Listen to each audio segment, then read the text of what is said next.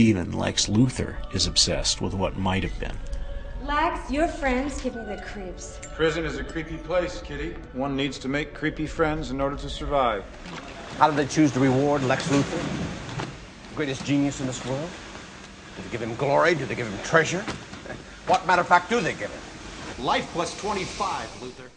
In the first film, Superman thwarted his plan to build a real estate empire by toppling half of California. Yeah, Mr. Luthor, it almost worked. I mean, California almost fell right in the ocean. Millions of people was almost killed. If it hadn't been for the guy Superman, an overgrown Boy Scout.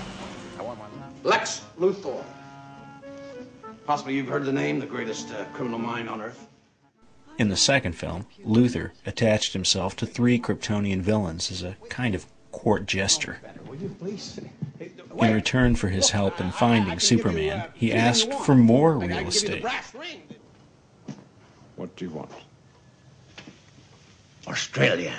Superman returns, finds Luthor free from prison, and his new plans pointedly target Superman.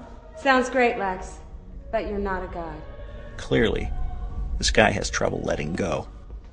Gods are selfish beings who fly around in little red capes and don't share their power with mankind. He's created a new version of his scheme from the first film. This time, he's going to use synthetic kryptonite to create an entirely new continent off the east coast of the United States. But the United States... Will be under water. This is no mere repetition of a plot element. It fits into the movie's depiction of characters who are living in the past, dwelling on past failures, or trying to redo the past with a different outcome.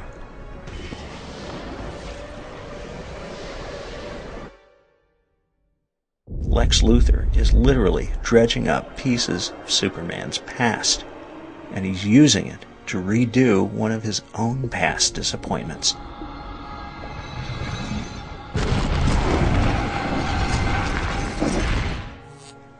What Lex Luthor is doing is a twisted, literal version of what Superman tried to do when he abandoned Earth to revisit his homeworld. He is resurrecting a dead thing. It's an obscenity, and Singer shows us that it's an obscenity in the way that he depicts the results of Luthor's experiment. The resurrected chunks of Krypton spread like an out-of-control virus that rise from a watery grave, like zombies. Lex, Uh-huh. are billions of people really going to die?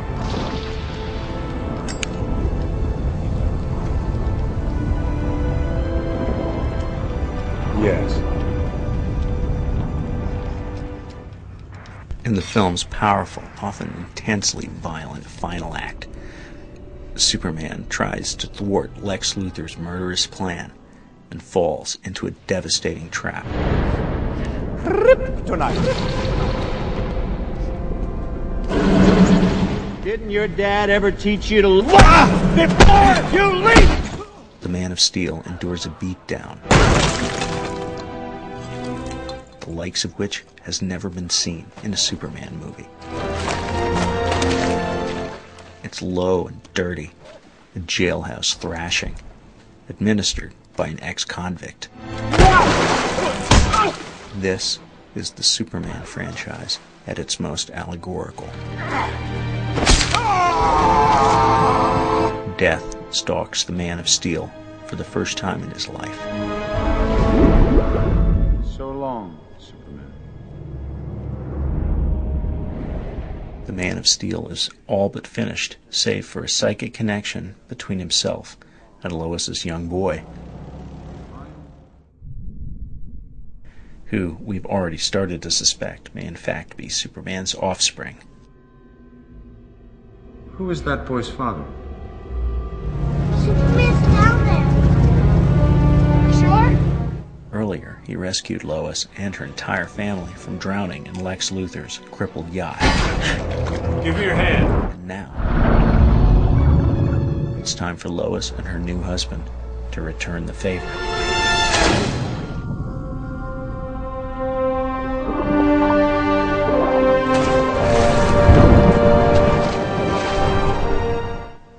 Singer treats his protagonist as an adult man who struggles to retain his goodness, even though he has lost his innocence.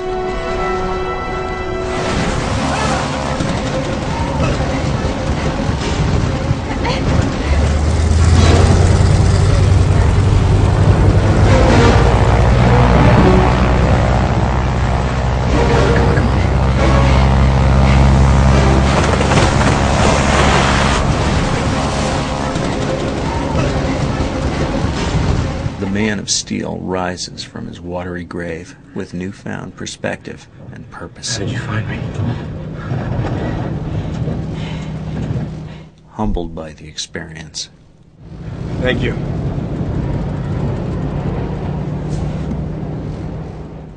One skill that a boy must learn as he reaches maturity is the ability to know when to let go. What are you doing? And when Superman realizes that he is now an interloper in this young family, he does just that. You're hurt!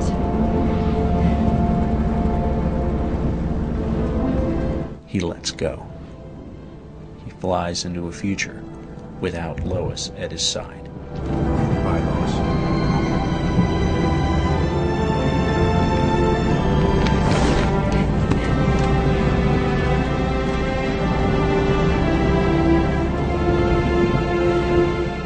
He doesn't like it, but he accepts it. He knows it's right.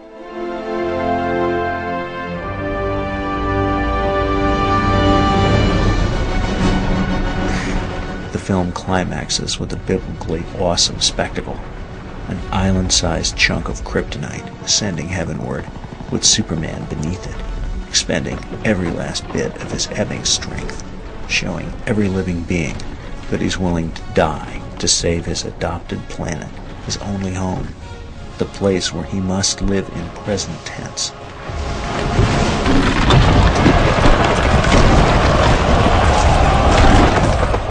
In terms of metaphor, what is Superman doing in this sequence? He is casting out a mass of unwanted dead matter, a chunk of zombified real estate.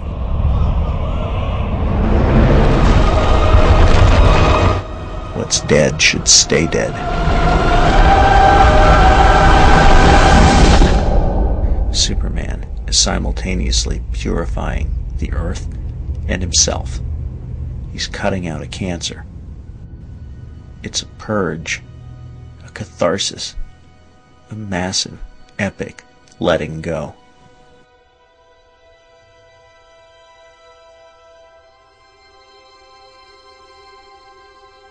Must be tough coming back. I'm coming back. To work.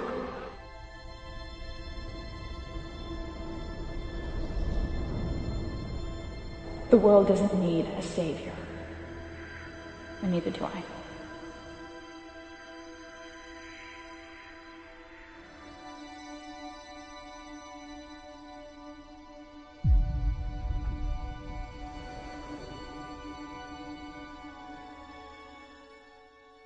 You're home. That place was a graveyard. I'm all that's left. And even if you are the last, you're not alone.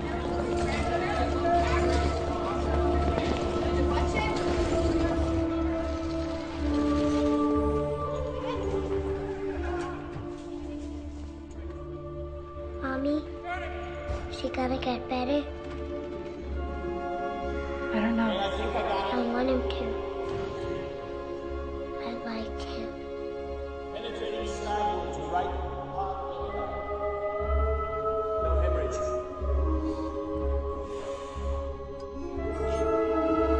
Superman escapes his hospital bed a different hero, having moved into uncharted emotional waters. He is still physically almost invulnerable, but he is not omnipotent. And for the first time in the series, he seems to know this and, here's that word again, accept it. It will be different. Superman has let go of his affection for Lois Sometimes you feel like an outcast. And traded it for the deep, But you'll never be alone. yet entirely ordinary love You will make my strength your own. that a father feels for a son. He's an extraordinary, ordinary man. Emotionally, he died, and now he's come back to life. But he isn't God. He knows he can't control those around him.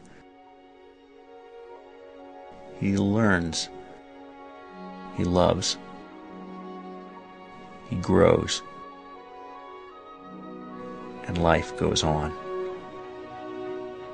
He is us, the better angel of our natures.